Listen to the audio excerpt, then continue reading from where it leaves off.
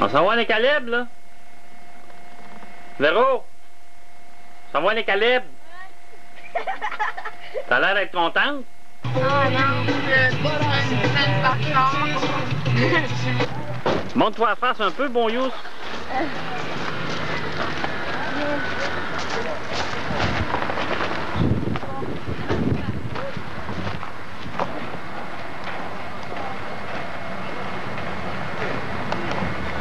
Merci. T'es bien habillé.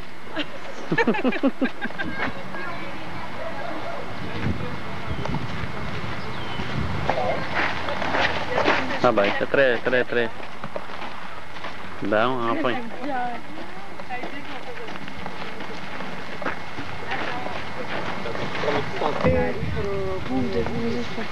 Deux heures pour le... Oui, pas long. De Joseph qui sont décédés le 1890 a acheté.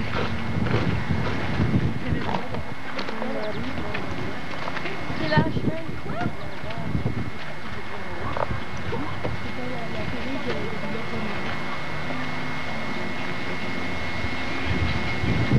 Les premiers sont tous morts. Ouais. Ils sont tous morts dans la série? Non, non, il y en a gros qui meurent, mais comme Lazare aussi qui meurt. C'est le frère. La petite fille, Anne-Marie. Louisa, c'est ça. Louisa puis Anne-Marie aussi. Je me souviens d'Anne-Marie. C'est pas le chemin de quoi?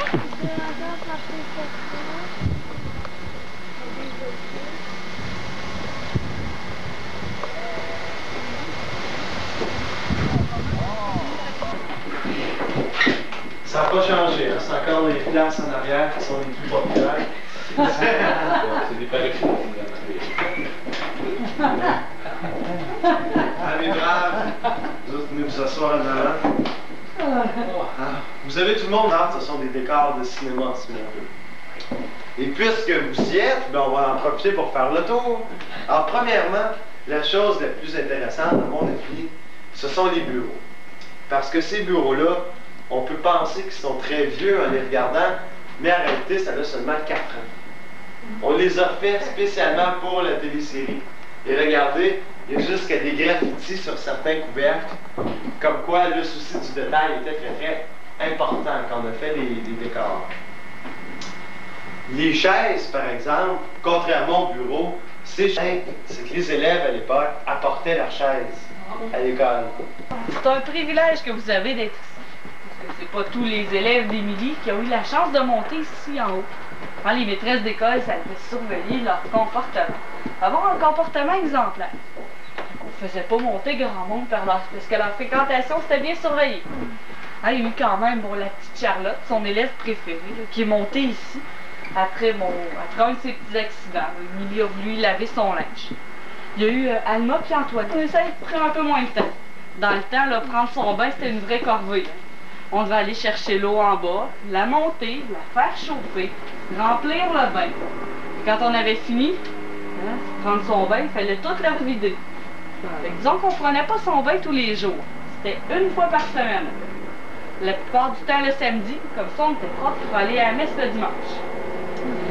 Puis, cette école-là a servi vraiment pour le tournage de la télésérie.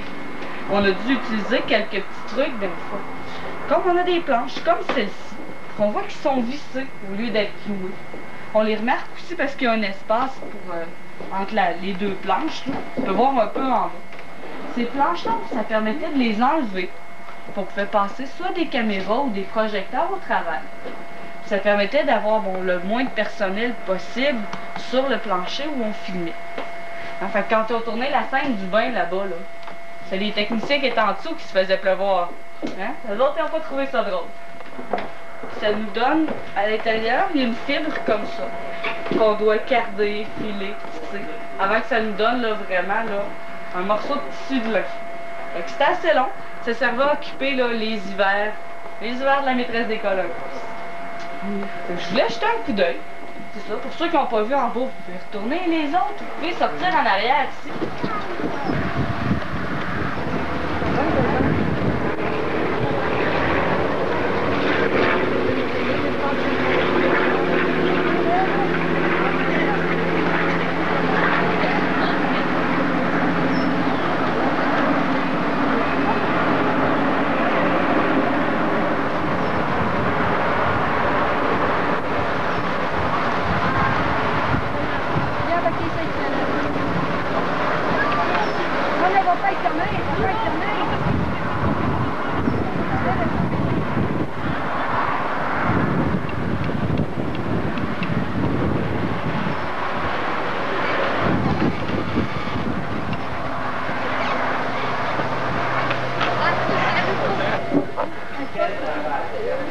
Émilie à la fenêtre, Ouais.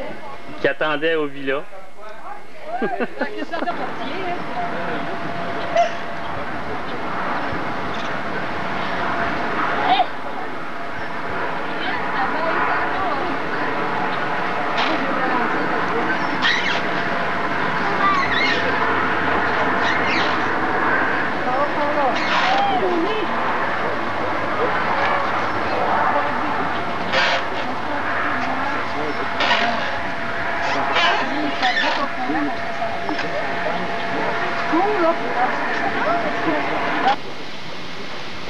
Le bécosse. On va au cabinet. De qui tu parles, là? Envoyez d'autres, là. Je pense que les autres sont meilleurs.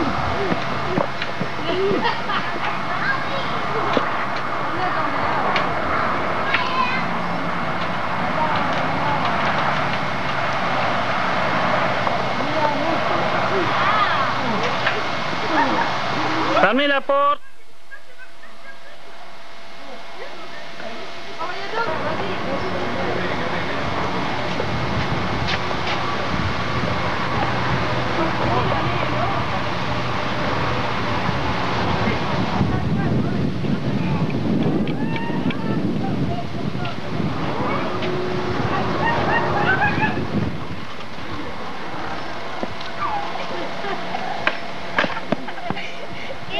Ça va arracher vous. Ça va laisser mourir.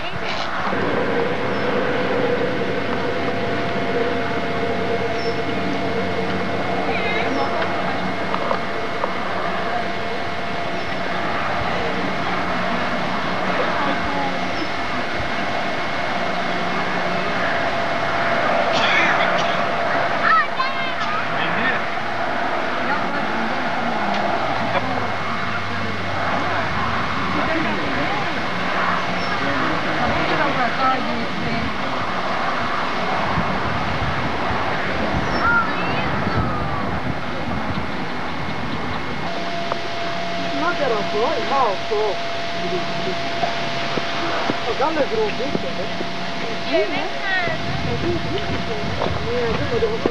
le aigle, non?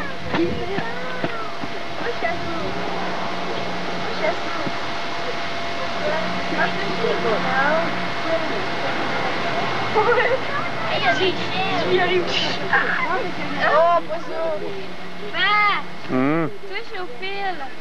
Ça fait drôle. Hey, ça fait drôle. Hey, il y a 5 gars, ça fait super drôle. Hey, Jim, c'est drôle, hein? Ah, c'est quand c'est dans le film. Hey, Jimmy, ça fait drôle. Hey, il y a même plus d'eau.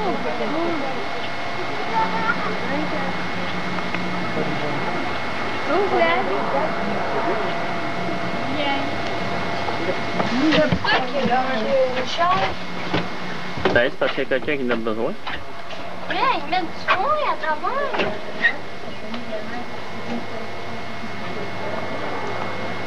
Achète deux snow.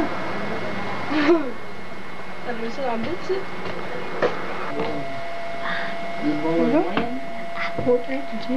J'étais déjà arrivé le but dessus.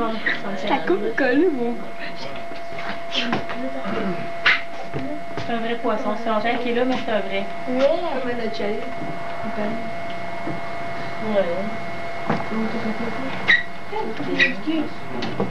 À la ski, oui, je descends de la côte, c'est la grosse bâtisse en bas. C'est des skis? Oui. Ah! On me garde aussi.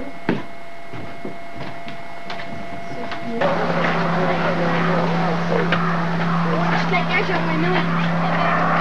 Ah oui, tu te caches au moineau là-bas.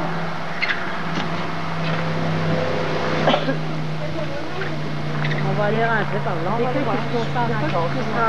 Oui, vous pouvez rentrer, certain. Oui, il n'y a pas de problème. Oui.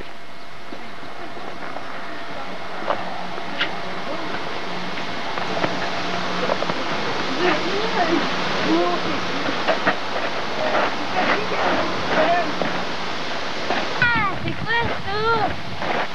Oh, checker le top là, de la cabane est fait en plus. Quand les matelas de guenilles, c'est dans cette salle-là que tout simplement Siaoua fait la connaissance de Jeanne Mance.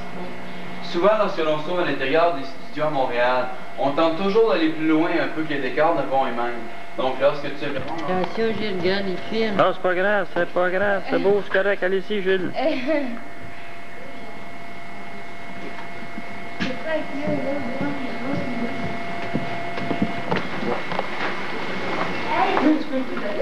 On dirait pas que c'est le même, hein, quand c'est même pas de la ville.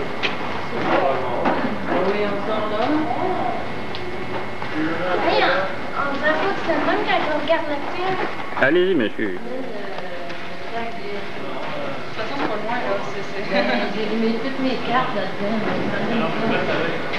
Donc, ce que vous allez voir ici, c'est le cachot. C'est toujours à la Salpêtrière en France.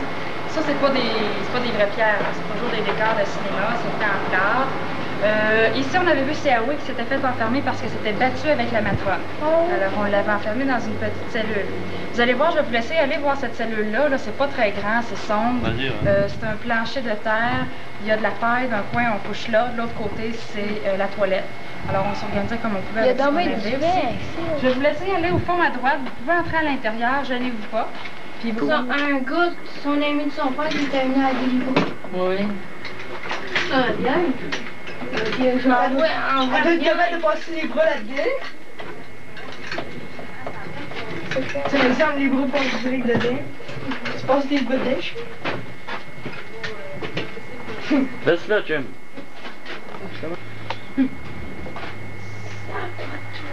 Reste encore. Hey, puis il voyait pas plus clair que ça. Ça doit pas être un cadeau, on est en prison, hein.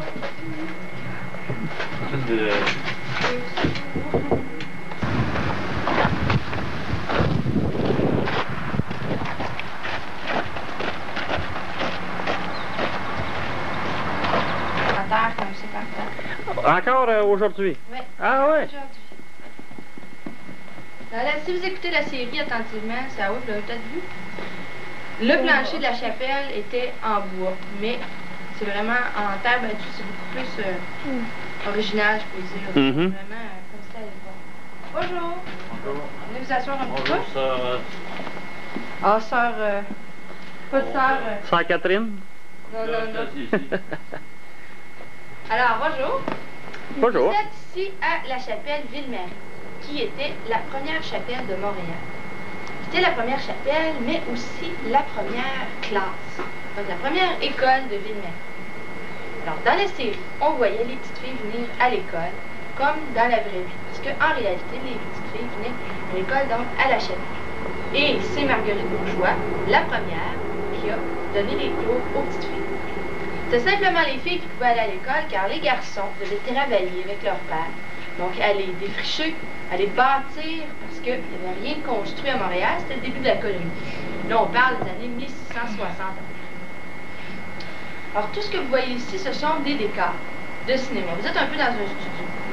Alors, les murs, qui à l'époque étaient en torchis. Le torchis, c'était un mélange d'argile et de paille très isolant. Et bien, aujourd'hui, sont faits en plâtre. Donc, c'est du plâtre coloré pour donner l'aspect du torchis. Ensuite, les murs ici qui sont en arrière de moi. On peut penser que c'est de la pierre, mais... Le toit, il est fait en... OK, le toit, lui, il est fait en chaume. Alors, le chaume, c'est de la paille. Non, ça ne le fait pas.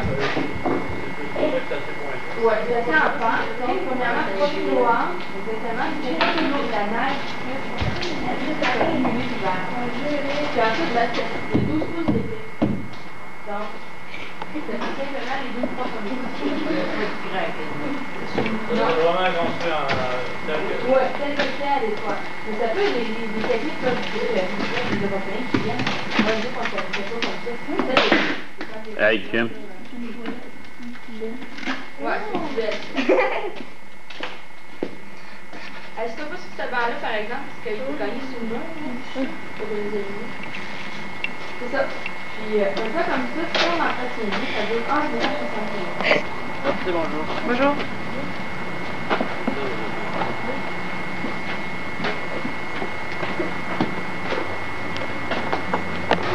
Une paire de cheveux. Ben oui, Il y a des oreilles.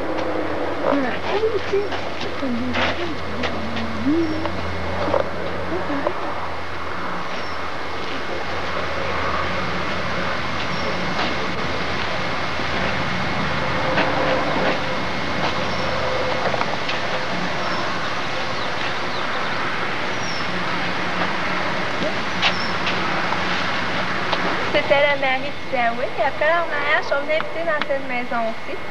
Ça, c'est une maison là, comme on en voyait à l'époque, c'est-à-dire vers 1640-1650.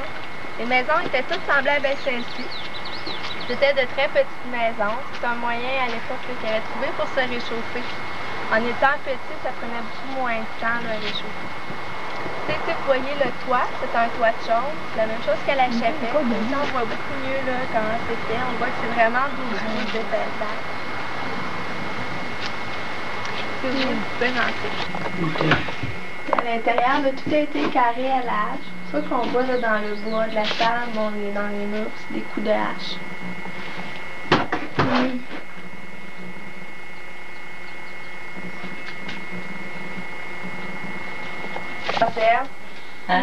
Bardima faisait sécher la herbe, utilisait ça pour faire des tisanes aussi comme épices, mais surtout comme médicament à l'époque. Ils soignaient beaucoup avec des médicaments. Au-dessus du lit, c'est l'endroit où ils mettaient leurs provisions. Ils les mettaient dans des sacs, ça les protégeait de l'humidité. Et après ça, ils les mettaient dans les arbres, ça les protégeait des bestioles qui pouvaient pénétrer à l'intérieur. Les vermines, les minots, ces choses-là. Puis en dessous du lit, dans le coffre que vous voyez là, dans les endroits où ils mettaient leurs vêtements. Non, aujourd'hui, les garde-robes sont plus grands que ça.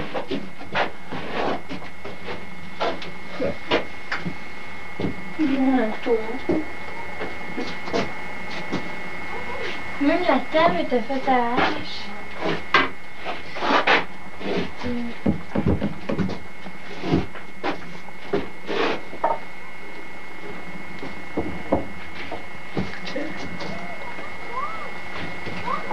C'est quoi ce coin-là? Ça, c'est pour mettre la poudre à caron. Qu'est-ce que c'est ça, là? Ah oui, ça c'est un bec de corbeau. Ça servait à recueillir la cire, puis après ça, ils faisaient des chandelles à partir de ça. Leur petite habitation, c'est les on appelle le longhouse. Il y a seulement les femmes qui vivaient dans la longueur? Pardon? Il y a seulement les femmes qui vivaient dans leur Non, longueur? c'était, dans ces tribus-là, c'était la femme qui avait une importance. Ah, ok. Et c'était hommes et femmes et enfants, adultes puis vieillards à l'intérieur. Combien de familles À l'intérieur, les plus longs avaient jusqu'à 400 pieds, puis c'était entre 100 et 150 adultes, ou bien entre 100 et 150 personnes à l'intérieur. Puis le nombre de familles, ça variait directement, puisqu'il y avait des clans plus grands et des clans plus petits. Puis un clan, c'était une lignée de femmes. C'était, mettons, une femme qui avait 3 filles et un garçon. Elle perdait son garçon puisqu'elle allait se joindre à un autre clan avec son épouse. Et puis elle gagnait par contre 3 fils qui se joignaient à ses 3 filles dans son clan. C'était toujours la mère qui décidait si les enfants étaient pour faire partie d'un tel clan ou d'un autre clan, selon ses origines à elle-même. Ce qu'on trouve ici derrière, c'est un arbre à 7 branches, un arbre sacré. Tous les objets qui sont là représentent un peu les forces de la nature, les dieux, les vents, les points cardinaux. On a la tour d'observation qui est juste derrière, qui servait pour voir plus loin que la palissade, un peu une méthode de protection. Juste à droite, c'était le fumoir à viande, la seule façon dont il disposait pour réussir à conserver la viande de poisson d'animaux. Maintenant, je vais vous laisser visiter le gars. Non, c'est... Ah, qui est couché là-dessus? C'est lettre. Ça pue. Non, fait qu'il y a tout le temps des grégouses à cracher des airs.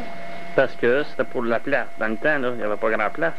Mais pourquoi qu'ils mettent ça? C'est moi qui coucherais là-dessus. Ils mettaient des grégouses dans les airs. C'est moi qui coucherais là-dessus. C'est quoi ça?